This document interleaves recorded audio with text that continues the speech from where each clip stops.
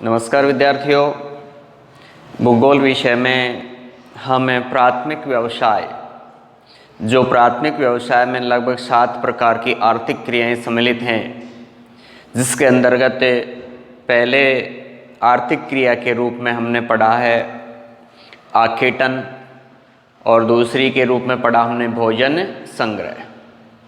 तीसरी आर्थिक क्रिया है कृषि। कृषि जिसकी विभिन्न प्रणालियां हैं। इससे पूर्व के वीडियो में हमने कृषि के 2 रूप पढ़े हैं, स्थानांतरित कृषि, जीवन निर्वहन कृषि। ये 2 रूप हैं। इसके बाद में आज हम कृषि का ही तीसरा रूप, तीसरी प्रणाली शुष्क कृषि। ये कृषि का वो प्रकार है जहां पर कम वर्षा या जल अभाव वाले क्षेत्रों में कृषि की जाती है। इस कृषि प्रणाली में मुख्यतः ऐसी फसलें बोई जाती हैं जिन्हें जल की कम आवश्यकता होती है या शुष्कता को सहन करने वाली फसलें बोई जाती हैं। इस कृषि प्रणाली में जल की कमी वाले क्षेत्रों में भी आधुनिक पद्धति के माध्यम से इस प्रकार के बीजों के द्वारा जिन्हें कम जल की आवश्यकता होती है कृषि की जाती है। उसे हम शुष्क कृषि कहते हैं। बाजरा, ग्वार,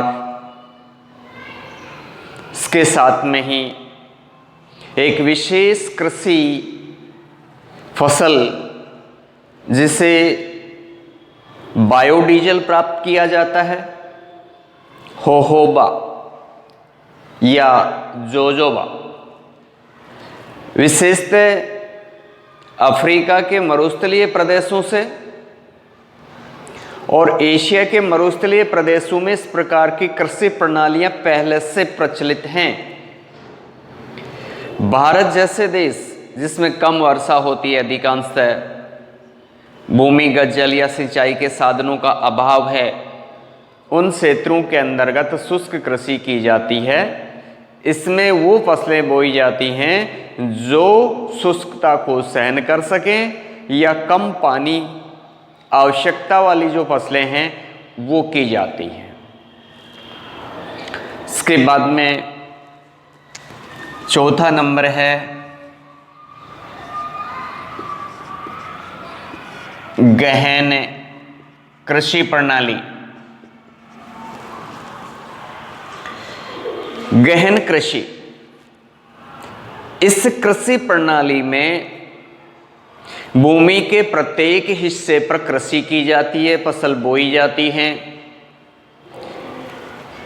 एक कृषि वर्ष में 2 या 2 से अधिक यानी 3 भी फसल ऋतुएं ली जाती हैं, चाहे वो खरीफ हो, रबी हो, जायद। 3 जो हमारी कृषि ऋतुएं होती हैं जिसमें मुख्यतः 3 प्रकार की फसलें बोई जाती हैं, तीनों फसल ऋतु में ही गहन कृषि के अंतर्गत फसलें बोई जाती हैं, प्राप्त की जाती हैं। इस कृषि में मुख्यतः जल की बड़ी आवश्यकता होती है, क्योंकि रबी की या जायद की जो फसल है वो पूरी तरीके से सिंचाई पर आश्रित है। इसलिए ये कृषि उन्हीं क्षेत्रों में की जाती है जहां पर पर्याप्त मात्रा में सिंचाई संसाधनों की आपूर्ति होती है या उपलब्धता होती है। जल अभाव वाले क्षेत्रों के अंतर्गत नहीं की जाती। तो अधिकांश नदीय क्षेत्रों के आसपास नहरों के द्वारा, ट्यूबवेल के द्वारा, तालाबों के द्वारा जो भिन्न भिन्न सिंचाई के साधन हैं उनका उपयोग करके और ये कृषि की जाती है। इस कृषि को भी मुख्यतः दो रूपों में बांट दिया गया। एक तो चावल प्रदान और दूसरी गेहूं प्रदान गहन कृषि। जिन क्षेत्रों के अंतर्गत चावल मुख्य खाद्यान्न फसल है वहां पर चावल की उपज की जाती है, अर्थात जहां पर पानी की पर्याप्त उपलब्धता होती है वहां मुख्यतः चावल की कृषि की जाती है। क्योंकि भारत हो या विश्व हो, ज़्यादातर विश्व के अंतर्गत लोगों का जो मुख्य खाद्यान्न है वो चावल है, इसलिए चावल ही फसल के रूप में भी विश्व में अधिकांश क्षेत्रों में बोई जाती है या उत्पादित की जाती है। इसमें अधिक पानी की आवश्यकता होती है, भिन्न भिन्न किस्में, विभिन्न तकनीकी, अधिक पूंजी, इन सब की आवश्यकता होती है, गहन श्रमिकों की आवश्यकता होती है संख्या की दृष्टि से। जबकि जो दूसरी है गेहूं प्रधान गहन कृषि, इसमें गेहूं मुख्यतः खाद्यान्न फसल के रूप में बोई जाती है। जिन प्रदेशों के अंतर्गत गेहूं मुख्य खाद्य पदार्थ है वहां पर गहन कृषि के रूप में गेहूं अधिकांश बोया जाता है। कृषि का पांचवा है विस्तृत वाणिज्य अनाज कृषि। विस्तृत वाणिज्य अनाज कृषि, इससे पहले तक जो फसलें या कृषि की प्रणालियां हमने पढ़ी है वो अधिकांशतः छोटे छोटे खेतों में या छोटे छोटे क्षेत्रों में की जाती है।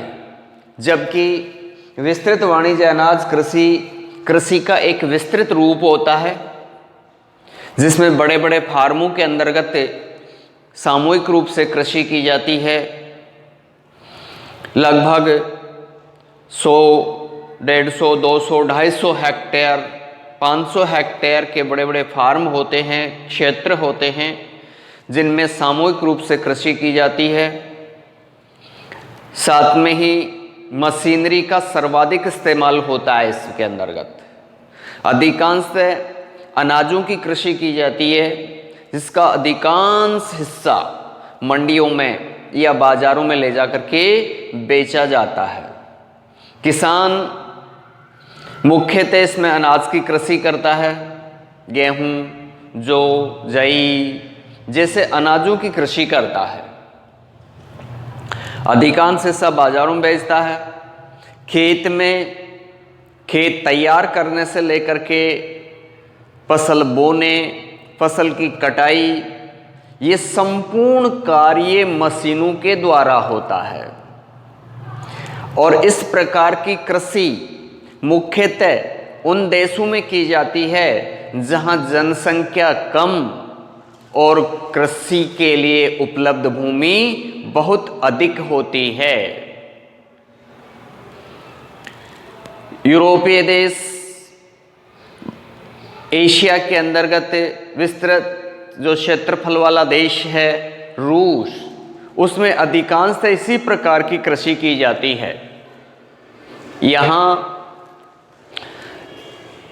एक से ज़्यादा सामूहिक रूप से किसान मिलकर के भी कृषि कर लेते हैं। जिनके पास जैसे संसाधन उपलब्ध होते हैं वे उनका उपयोग करते हैं वहाँ पर और सामूहिक रूप से कृषि करते हैं। खेतों में या फार्मों के पास बड़े बड़े गोदाम होते हैं जहाँ पर फसल को काटने के बाद उन गोदामों में संग्रहित कर लिया जाता है, एकत्रित कर लिया जाता है और जब बाजार में उनको उपयुक्त भाव, मूल्य या दाम मिलता है तो वो उसको गोदामों से बाजारों तक उसे पहुंचा देते हैं। तो इस प्रकार से यातायात और परिवहन के साधनों से यहाँ के क्षेत्र, यहाँ के खेत वो जुड़े हुए होते हैं।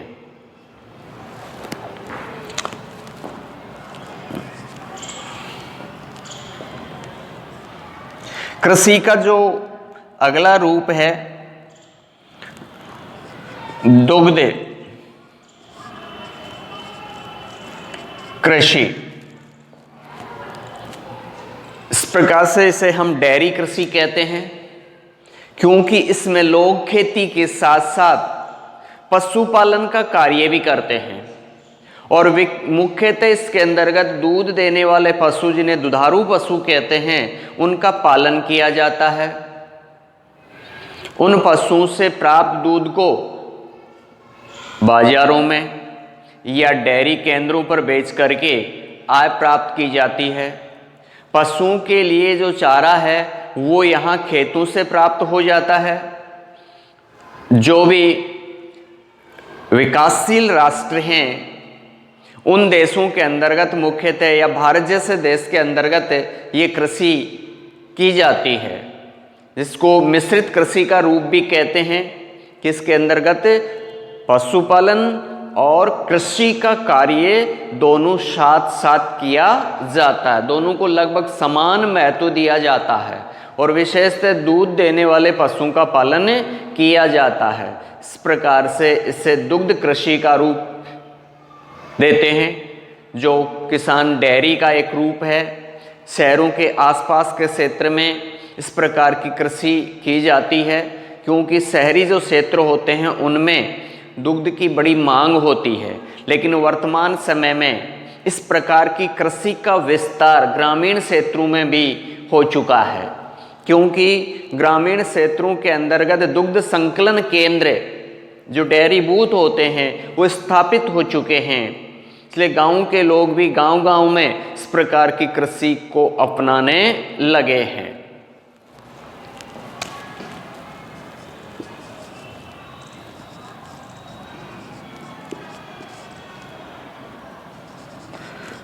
फलोद्यान कृषि, इस कृषि के अंतर्गत फल और फूलों की कृषि की जाती। शहरों के आसपास खेतों के अंतर्गत फूल और फल या बगीचे लगा करके और शहरों तक फल और फूलों का निर्यात किया जाता है, उन्हें पहुंचाया जाता है, क्योंकि वर्तमान में इस प्रकार की कृषि की मांग दिन प्रतिदिन बढ़ती जा रही है। तो शहरों के आसपास का क्षेत्र जहां थोड़े से मात्रा में प्राप्त उत्पाद को भी बाजार तक पहुंचाना आसान होता है, इस प्रकार की कृषि की जाती है, जहां पर कई प्रकार के फूल और फल खेतों में बोए जाते हैं और बड़ी मात्रा में इससे आय अर्जित की जाती है।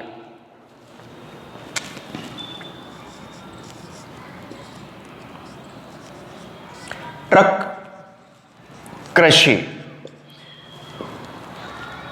जिसे सब्जी कृषि भी कहते हैं, ये भी कृषि का एक आधुनिक रूप है। इसके अंतर्गत खेतों में विभिन्न प्रकार की सब्जियां बोई जाती हैं और इन सब्जियों को खेतों से काटने के, तोड़ने के उपरांत शहरों में जो बड़े बड़े बाजार और मंडियां होती हैं वहां तक पहुंचाने के लिए परिवहन साधन के रूप में ट्रकों का इस्तेमाल किया जाता है। इसलिए इस कृषि को ट्रक कृषि कहते हैं, क्योंकि जो सब्जियों का परिवहन है वो एक रात भर में दूर तक बाजारों तक ट्रक पहुंचा देते हैं, इसीलिए इसे ट्रक कृषि का रूप दिया गया है।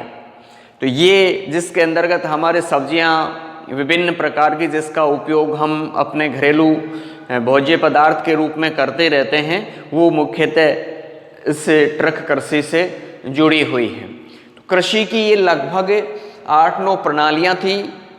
कृषि का जो एक वर्तमान रूप देखने को मिल रहा आज हमें, रासायनिक कृषि, वर्तमान समय के अंतर्गत जब से विश्व में चाहे हरित क्रांति आई हो या भारत में हरित क्रांति का कृषि के क्षेत्र में सूत्रपात हुआ हो, उसके उपरांत आज रासायनिक कृषि विस्तृत रूप ले चुकी है। और रासायनिक कृषि जिसके अंतर्गत रसायनों का इस्तेमाल किया जाता है, विभिन्न प्रकार की दवाइयों का इस्तेमाल किया जाता है, रासायनिक खादों का इस्तेमाल किया जाता है। इस प्रकार की कृषि को एक रासायनिक कृषि कहते हैं, जो वर्तमान में मानव जीवन पर एक बुरा प्रभाव डालती जा रही है। हरित क्रांति से पहले मुख्यतः जैविक कृषि की जाती थी। आज विश्व वापस जैविक कृषि की ओर लौटने लगा है, क्योंकि इस हरित क्रांति का, रासायनिक कृषि का मानव जीवन के लिए लाभ जरूर हुआ है, लेकिन उस लाभ के साथ साथ उसके स्वास्थ्य को बड़ी हानि हुई है। अनेक प्रकार की बीमारियां जो आज पैर पसार रही हैं, उनका विकास, उनका सूत्रपात इस रासायनिक कृषि के विकास के साथ हुआ है। इसलिए आज जैविक कृषि की ओर विश्व लौटने लगा है, जिसके अंतर्गत जैविक खादों का इस्तेमाल, देसी खादों का इस्तेमाल, खेतों से प्राप्त होने वाले सड़े गले पदार्थों का इस्तेमाल करके और इस कृषि को अपनाया जा रहा है। हमारे सिलेबस से रासायनिक और जैविक कृषि को हटा दिया गया है, इसलिए हम लोग उसको ज़्यादा चर्चा नहीं करेंगे। तो कृषि के ये जो प्रणालियाँ थी, इनका हमने सम अध्ययन किया। इसके बाद में प्राथमिक व्यवसाय का जो चौथा चरण है, वो है पशुपालन।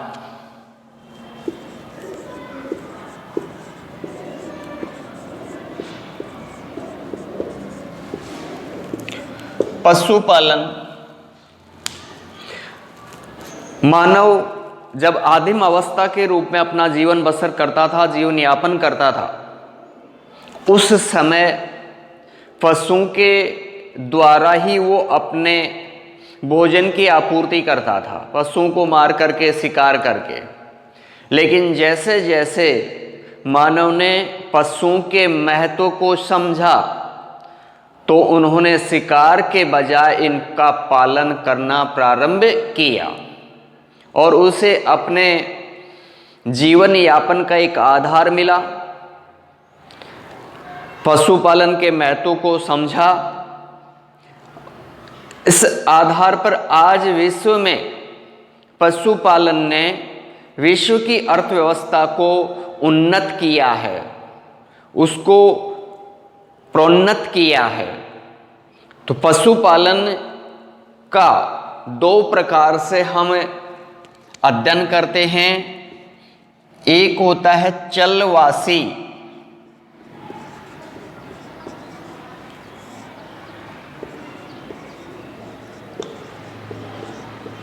चलवासी पशुचारण, और दूसरा रूप होता है इसका वाणिज्य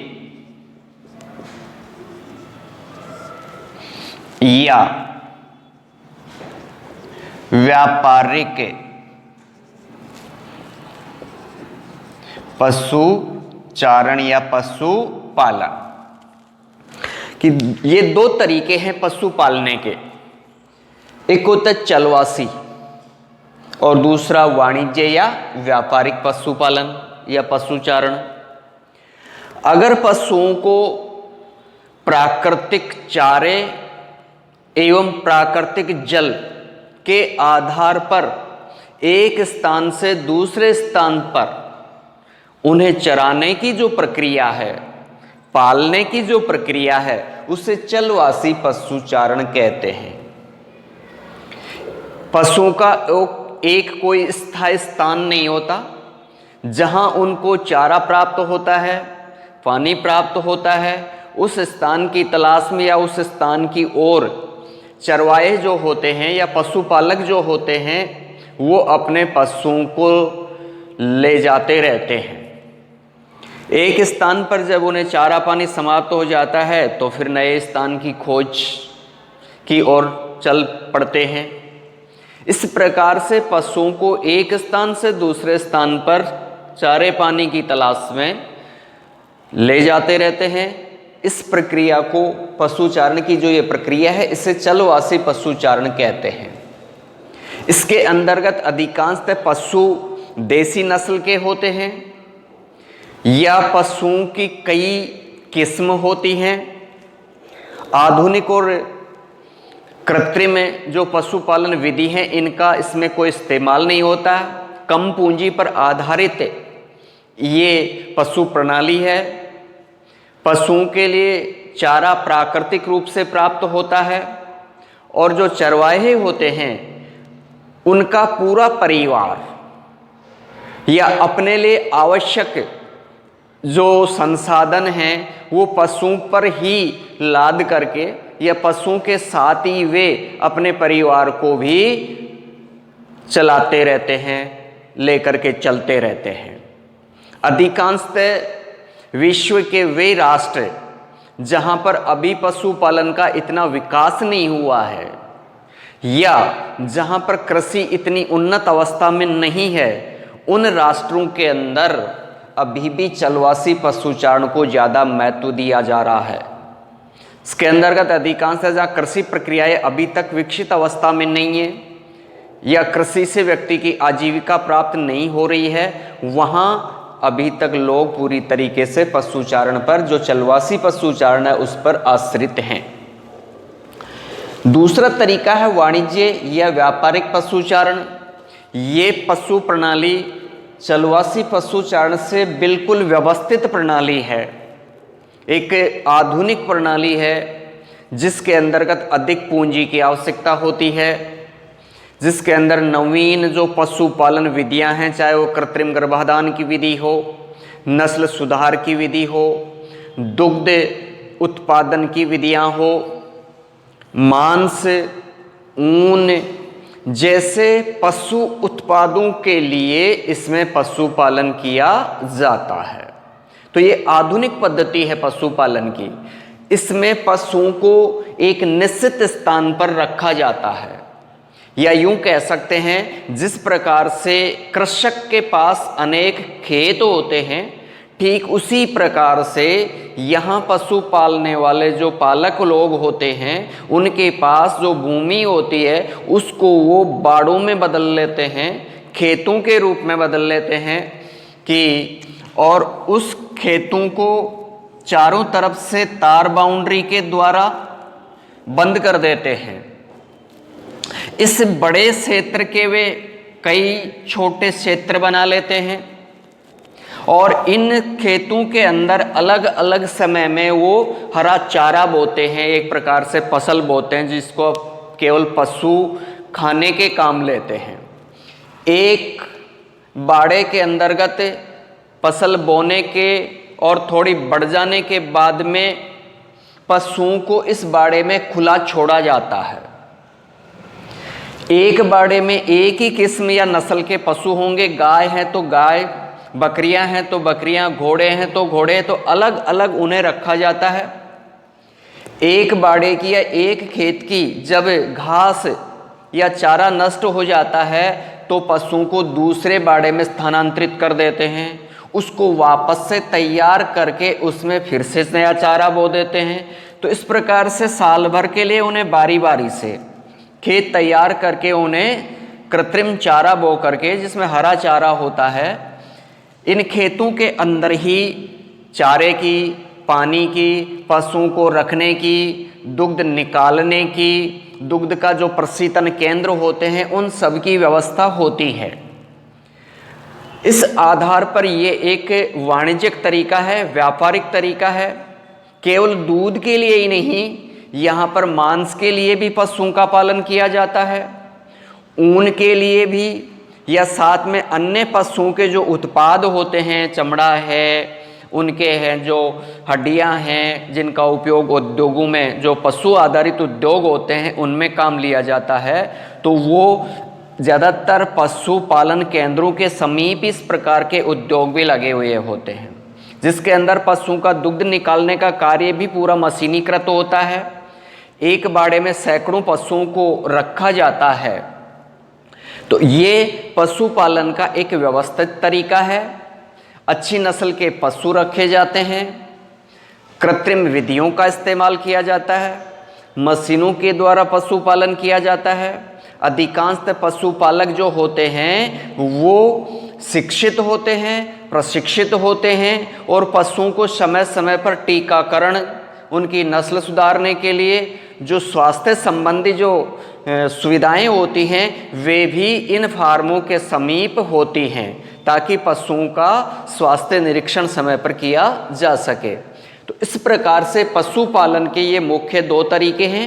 यूरोपीय देशों के अंदर, जिसमें जर्मनी है, डेनमार्क है, पोलैंड है, स्वीडन है, ब्रिटेन है, जो विकसित राष्ट्र हैं उनमें अधिकांशतः ये पशु प्रणाली प्रचलित है। भारत जैसे देश में भी धीरे धीरे डेयरियों के माध्यम से शहरों के समीप इस प्रकार की प्रणाली का विकास होने लगा है, उनका प्रसार होने लगा है।